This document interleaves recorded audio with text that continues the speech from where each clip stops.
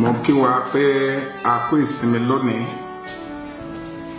Olúwa nínú àánú rẹ̀ yóò bójútó ayé wa, yóò sì fún ọkàn wa ní ìsinmi. Mo kí yín káàbọ̀ síwájú Ọlọ́run bí a ti ń gbọ́ ìwàásù ti ọjọ́ òní.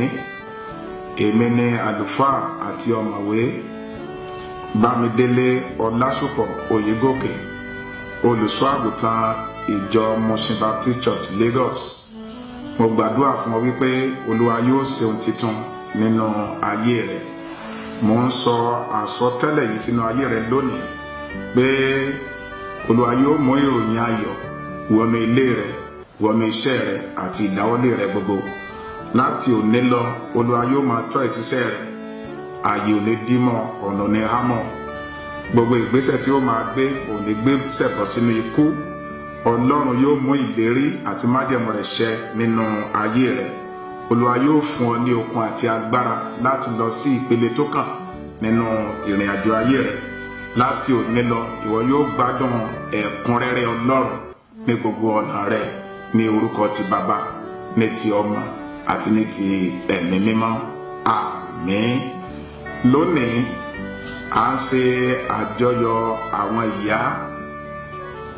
Torí pé ìyá ó ṣe pàtàkì nínú ìrìn àjò ayé ẹ̀dá. Ìyá wọn jẹ́ ẹ̀bùn pàtàkì fún orílẹ̀-èdè, fún gbogbo ìran. Ìyá ó jẹ́ ẹ̀bùn àìdíyelé, ẹ̀bùn tí ó ṣeyebíye fún ìran ènìyàn. Ìyá jẹ́ ohun tí a lè pè ní ìṣúra fún ìran ènìyàn. Nítorí náà ni à ń ṣe àjọyọ̀ pẹ̀lú àwọn ìyá wa lónìí, tí a sì ń dúpẹ́ lọ́wọ́ wọn, tí a fi ọkàn ìmoore, tí a mọ rírì iṣẹ́ wọn nípa ìfẹ́ àìṣẹ̀tàn tí wọ́n ní sí ọkọ àti àwọn ọmọ wọn, nípa ìtọ́jú, nípa bíbìkítà, nípa pípèsè, nípa ìrànlọ́wọ́ àti sùúrù wọn.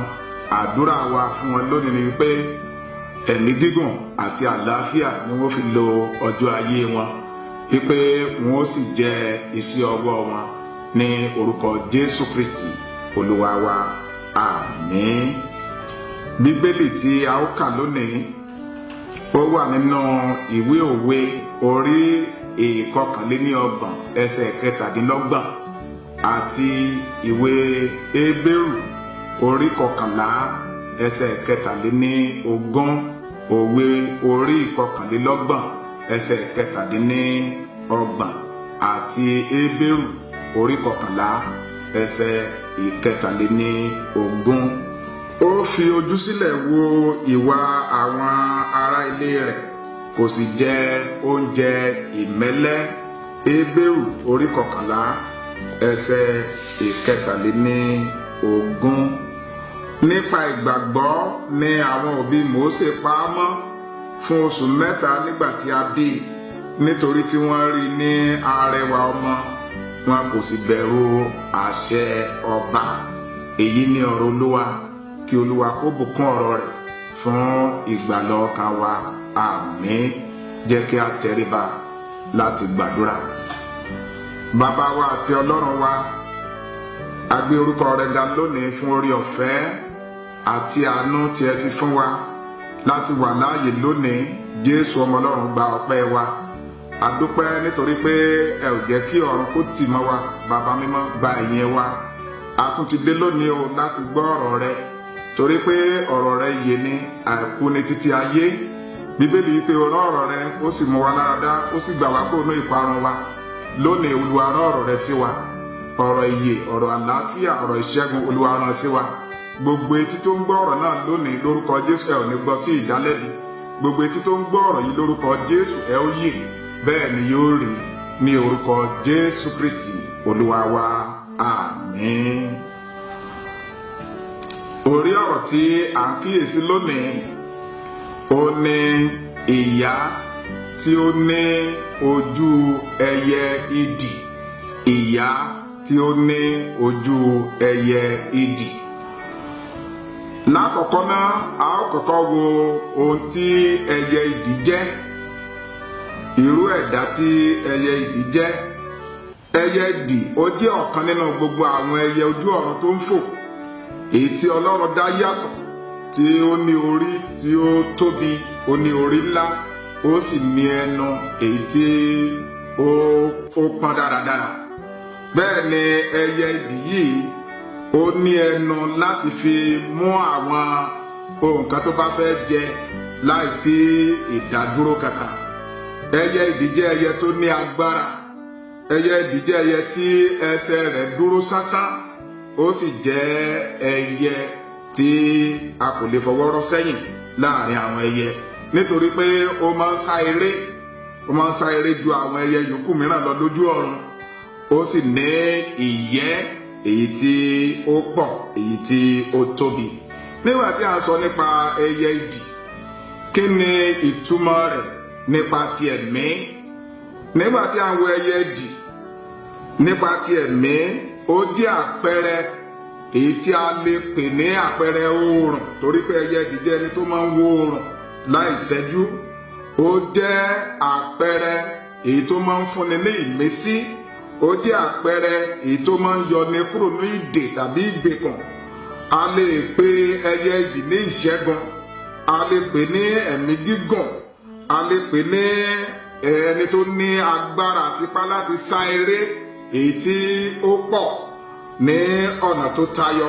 Bẹ́ẹ̀ sì ni a lè pè ní àmì fún agbára àti ipá àti ṣíṣí ẹ̀wù, a lè pè bẹ́ẹ̀.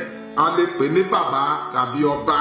Bákan náà ló jẹ́ àpẹẹrẹ fún àwọn orílẹ̀-èdè tí ó ní agbára. Lónìí, nígbà tí a ń kíyèsí wípé ìyá tó ní ojú ẹyẹ idì, ẹnìkan lè béèrè wípé kí nìdí rẹ̀ tí a fi ojú ìyá tá a fi wé ẹyẹ idì lónìí. Eléyìí kò ṣàjèjì sí wa, nítorí pé ẹyẹ idì jẹ́ ẹyẹ kan tí ó ní agbára púpọ̀, tí Ọlọ́run fún ní ojú láti wo sàkún ọ̀nà tó jìn láìsí nǹkan kan tí ó ṣẹlẹ̀ sí ojú rẹ̀. Ẹyẹ idì a máa kọ́ àwọn ọmọ rẹ̀ kéékèèké ní agbára láti fò. A máa kọ́ wọn ní agbára láti fò ní ìgbà kékeré láì ní rẹ̀ wọ́n. Ẹyẹ idì jẹ́ ẹyẹ tí ó máa ń wo sàkún ọjọ́ iwájú. Ó jẹ́ ẹyẹ tó ní àfojúsùn fún ọjọ́ ọ̀la. Wọ́n a máa ríran tayọ ibi tí wọ́n wà lọ, torí pé Ọlọ́run fún wọn ní ìríran èyí tí ó tayọ. Ní kúkúrú èdè, nígbà tí a sọ nípa ẹyẹ idì lónìí, a sọ fún wa pé ẹyẹ idì jẹ́ ẹyẹ tí Ọlọ́run bùkún gidigidi ju àwọn ẹyẹ ìyókù lọ. À ń fi àpẹẹrẹ yìí hàn lónìí nínú ayé àwọn ìyá wa, nítorí pé wọ́n jẹ́ ẹ̀dá tí Ọlọ́run dá ní ọ̀nà tó tayọ, ní ọ̀nà tí ó yàtọ̀. À ń lo àpẹẹrẹ ojú ẹyẹ idì lónìí fún àwọn ìyá láti fi ṣe àpọ́nlé fún wọn, nítorí pé irú ìyá tí a pè ní olójú ẹyẹ idì ó gbọ́dọ̀ jẹ́ obìnrin èyí tó tayọ nínú ìgbé ayé rẹ̀ gẹ́gẹ́ bí ọmọlẹ́yìn Kristi, bí a ti rí nínú ìwé Òwe orí 29 ẹsẹ̀ 10 dé 29. Ìyá tó ní ojú ẹyẹ bíi ti idì, ó jẹ́ ìyá tó jẹ́ onígbàgbọ́, ó jẹ́ àpẹẹrẹ ìgbàgbọ́. Ìyá tó fẹ́ràn Ọlọ́run tí ó sì ń pa àṣẹ Ọlọ́run mọ́. Ìyá tó ní ojú ẹyẹ idì, ó jẹ́ ìyá èyí tó fi ara jìn fún Ọlọ́run àti láti ṣe ìrànlọ́wọ́ fún ọmọnìyàn. Ó jẹ́ ìyá èyí tí ó yọ̀ǹda ayé rẹ̀ pátápátá fún Ọlọ́run, tí ó sì farajìn fún ọkọ rẹ̀ gẹ́gẹ́ bí olùrànlọ́wọ́ ọkọ rẹ̀. Ó jẹ́ ìyá rere sí àwọn ọmọ rẹ̀. Ìyá tó ní ojú ẹyẹ bíi ti idì lónìí, ó jẹ́ ìyá tó ń tọ́jú, tó ń bìkítà fún àwọn ọmọ rẹ̀ tọkàntọkàn. Irú ìyá bẹ́ẹ̀ a máa kó àwọn ọmọ rẹ̀ ní ọ̀nà ti Ọlọ́run, gẹ́gẹ́ bí ó ti wà ní ìwé Òwe orí 22 ẹsẹ̀ 6 pé tọ́ ọmọ rẹ̀ ní ọ̀nà tí yóò tọ̀, tó bá dàgbà tán kì yóò kúrò nínú rẹ̀. Ìyá tó ní ojú ẹyẹ bíi ti idì yìí, ó jẹ́ ìyá tí ó máa ń fi ẹsẹ̀ àwọn ọmọ rẹ̀ lé ọ̀nà ti Ọlọ́run, tí ó sì máa ń kọ́ wọn ní ẹ̀kọ́ ọ̀rọ̀ Ọlọ́run, bó ti wà ní ìwé Éfésù orí 6 ẹsẹ̀ 4. A máa kọ́ àwọn ọmọ rẹ̀ ní ìwà ọmọlúwàbí, a máa kọ́ wọn ní ìwà ẹ̀kọ́ ilé, a máa kọ́ wọn láti pa ara wọn mọ́, láti máa wo ẹ̀wù tí ò dára ní àwùjọ, láti máa rú ọ̀rọ̀ tí wọ́n sọ jáde ní àwùjọ, láti máa rú ìwà tí wọ́n hù ní àwùjọ, láti máa gbé ìgbésí ayé èyí tí Ọlọ́run fẹ́. A máa kọ́ wọn bẹ́ẹ̀, a sì máa fi ìbẹ̀rù Ọlọ́run sí àwọn ọmọ rẹ̀ ní ọkàn. Ògo ni fún orúkọ Olúwa. Ìyá tó ní ojú ẹyẹ bí idì, ó jẹ́ ìyá tó bẹ̀rù Ọlọ́run. Ó bẹ̀rù Ọlọ́run gidigidi, débi wípé ìgbésí ayé rẹ̀ nípa ti ara àti nípa ti ẹ̀mí kì í ṣe èyí tí àwọn èèyàn lè máa ṣe bóyá tàbí ṣùgbọ́n sí, kì í ṣe èyí tí wọ́n lè máa béèrè lórí rẹ̀. Ìyá tó ní ojú ẹyẹ bí ti idì yìí, ó ní ojú mẹ́rin yàtọ̀ sí ojú méjì tí àwọn aráalé rẹ̀ yòókù ní. Ojú rẹ̀ àkọ́kọ́ ló fi ń wo ọkọ rẹ̀, ló fi ń ṣe àbójútó ọkọ rẹ̀, ló fi ń bìkítà fún ọkọ rẹ̀, ló fi ń tọ́jú ọkọ rẹ̀, ló fi ń pèsè oúnjẹ tó dára fún un, ló fi ń ran ọkọ rẹ̀ lọ́wọ́, ló sì fi ìfẹ́ hàn sí ọkọ rẹ̀. Ojú kejì tí ìyá tó ní ojú ẹyẹ bíi ti idì ní, ni ó fi ń wo àwọn ọmọ rẹ̀. Ojú kejì yìí ó wà fún àwọn ọmọ rẹ̀, èyí tí ó fi ń dáàbò bo àwọn ọmọ rẹ̀, tí ó fi ń ràn wọ́n lọ́wọ́, tó fi ń tọ́jú wọn, tí ó fi ń kọ́ wọn ní ẹ̀kọ́ ọ̀rọ̀ Ọlọ́run, tí ó ń darí wọn ní ipa ọ̀nà tó dára àti ipa ọ̀nà ti iyì.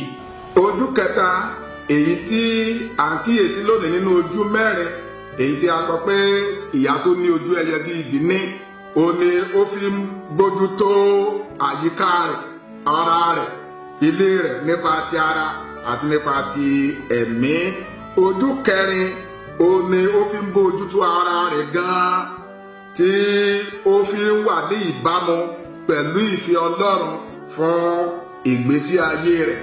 Èyí yàtọ̀ sí èyí tá a kọ sílẹ̀ nínú ìwé orin Sólómọ́nì orin 1 ẹsẹ̀ 6 wípé wọ́n fi mí ṣe olùtọ́jú ọgbà àjàrà tèmi ni èmi ò bójútó. Ìyá yìí ó ń bójútó ọgbà àjàrà rẹ̀, ó ń bójútó ayé rẹ̀. Nígbà tí a ń ṣe àjọyọ̀ pẹ̀lú àwọn ìyá lónìí, gẹ́gẹ́ bí ìyá nínú ilé, a gbọ́dọ̀ jẹ́ ìyá obìnrin tó tayọ, a gbọ́dọ̀ jẹ́ obìnrin tó níye lórí, a gbọ́dọ̀ jẹ́ àpẹẹrẹ nínú ìrìn àjò ayé wa. A ò lè ṣe léyìí nípa ẹran ara, ṣùgbọ́n nípasẹ̀ agbára Ẹ̀mí Mímọ́ a lè ṣe ohun tí ó jẹ́ akin fún Olúwa, a lè ṣe ohun tí ó dára fún Olúwa. Lónìí tí a bá fẹ́ dàbí ìyá tó ní ojú bí ẹyẹ ti idì, a ní àwọn ìgbésẹ̀ kan tí a ní láti gbé nínú ayé wa. Ìgbésẹ̀ àkọ́kọ́ tá a ní láti gbé ni pé a gbọ́dọ̀ súnmọ́ Ọlọ́run ju ti àtẹ̀yìnwá lọ. A gbọ́dọ̀ bá Ọlọ́run rìn ju ti àtẹ̀yìnwá lọ nínú ìrìn àjò ayé wa ojoojúmọ́, nípa gbígbàdúrà, nípa kíkíyèsí ọ̀rọ̀ Ọlọ́run. Gẹ́gẹ́ bí a ti kọ́ nínú ìwé orin Sáàmù orin 1, Jóṣúà orí 1 ẹsẹ̀ 8 àti ìwé Sáàmù orin 119 ẹsẹ̀ 9 àti 11 pé ọ̀rọ̀ rẹ ni mo pa lọ́dọ̀kà àyà mi, kébi ó má bàa ṣẹ̀ sí ọ. A gbọ́dọ̀ pa ọ̀rọ̀ Ọlọ́run mọ́ nínú ìrìn àjò ayé wa, nínú ilé wa, lọ́nà ẹnu iṣẹ́ wa, níbi tí a bá bá ara wa, kó lè máa darí èrò wa, kó lè máa darí ọkàn wa sí ipa ti Ọlọ́run. Tí a bá fẹ́ jẹ́ ìyá tó ní ojú ẹyẹ bí ti idì ní ayé òde òní, a gbọ́dọ̀ fẹ́ràn Ọlọ́run láfẹ̀ẹ́tẹ́. A gbọ́dọ̀ fi gbogbo àyà wa, gbogbo ọkàn wa, gbogbo ayé wa fẹ́ Ọlọ́run ẹlẹ́dàá wa, ẹni tí ó dá wa. Ìyá tí ó tayọ tó ní ojú ẹyẹ bí ti idì, ó gbọ́dọ̀ nífẹ̀ẹ́ ọkọ rẹ̀, kìí ṣe oníjàngbìlà, kìí ṣe oníbínú, kìí ṣe oníjà ènìyàn. Onírú ìyàbọ̀ bẹ́ẹ̀ ó gbọ́dọ̀ jẹ́ ìyá tó fẹ́ràn ọkọ rẹ̀, tí ìbá ọkọ jà, tí ìbá ará àdúgbò jà, tó sì fẹ́ràn àwọn ọmọ rẹ̀ pẹ̀lú. Bí ó ti wà ní ìwé Éfésù orí 5 ẹsẹ̀ 22 dé 23 pé ẹ̀yin aya ẹ tẹríba fún àwọn ọkọ yín gẹ́gẹ́ bí fún Olúwa, nítorí ọkọ ni olórí aya, gẹ́gẹ́ bí Kristi ti jẹ́ orí ìjọ. Gẹ́gẹ́ bí ìyá nínú ilé lónìí tí a ní àpẹẹrẹ ojú gẹ́gẹ́ bí ti ìdì, a gbọ́dọ̀ jẹ́ ìyá tí kìí ṣépè, tí ì gbé àwọn ọmọ rẹ̀ ṣépè, tí ì sọ̀rọ̀ burúkú sí àwọn ọmọ rẹ̀. A gbọ́dọ̀ máa sọ̀rọ̀ tó dára, ká máa bùkún àwọn ọmọ wa, ká máa súre fún àwọn ọmọ wa. Gẹ́gẹ́ bí ìwé Róòmù orí 12 ẹsẹ̀ 14 ti wí pé súre kò má ṣe ṣépè. A gbọ́dọ̀ jẹ́ àpẹẹrẹ nínú ọ̀rọ̀, nínú èrò, nínú ìṣe, nínú ìhùwàsí wa àti nínú ìmúra wa fún àwọn onígbàgbọ́ àti àwọn aláìgbàgbọ́. A gbọ́dọ̀ kọ́ ẹ̀kọ́ iyebíye nípa ìgbé ayé Sárà, nípa ìgbé ayé Hánà. Ká jẹ́ ìyá bíi Elizabeth, ká jẹ́ ìyá bíi Esther àti Maria, ìyá Jésù Kristi. Ǹjẹ́ a rí ìyá kan lónìí tí ó ti jọ̀wọ́ ayé rẹ̀ fún Ọlọ́run, tí ó ti yọ̀ǹda ọkàn rẹ̀ fún Jésù Kristi Olúwa?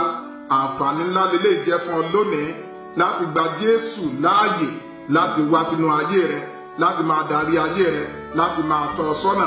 Nígbà tó ń ṣe eléyìí yóò sì dára fún ọ. Mo fẹ́ kó o gbàdúrà papọ̀ pẹ̀lú mi pé Jésù Olúwa, mo fi ayé mi fún ọ lónìí. Ya ayé mi sí mímọ́, gba ọkàn mi lónìí, kọ orúkọ mi sínú ìwé ìyè, fún mi ní agbára láti máa rìn nínú ìfẹ́ rẹ títí ọjọ́ ayé mi. Ní orúkọ Jésù Kristi Olúwa ni mo gbàdúrà. Àmín. Mo súre fún ọ lónìí gẹ́gẹ́ bí ìyá nínú ilé, ẹ̀mí gígùn àti àlàáfíà Olúwa yóò fi dá ọ lọ́lá láti òní lọ. Lórúkọ Jésù ti Násárẹ́tì, Olúwa yóò fi ọlọ́kàn balẹ̀. Olúwa yóò bùkún omi rẹ, Olúwa yóò bùkún oúnjẹ rẹ, Olúwa yóò mú àìsàn kúrò nínú ayé rẹ. Ó máa gbé nínú ọrọ̀, wàá máa gbé nínú ọ̀pọ̀, wàá máa gbé nínú ìbùkún, ó sì ní máa ìní. Bẹ́ẹ̀ ni yóò rí ní orúkọ Jésù Kristi Olúwa wa. Àmín.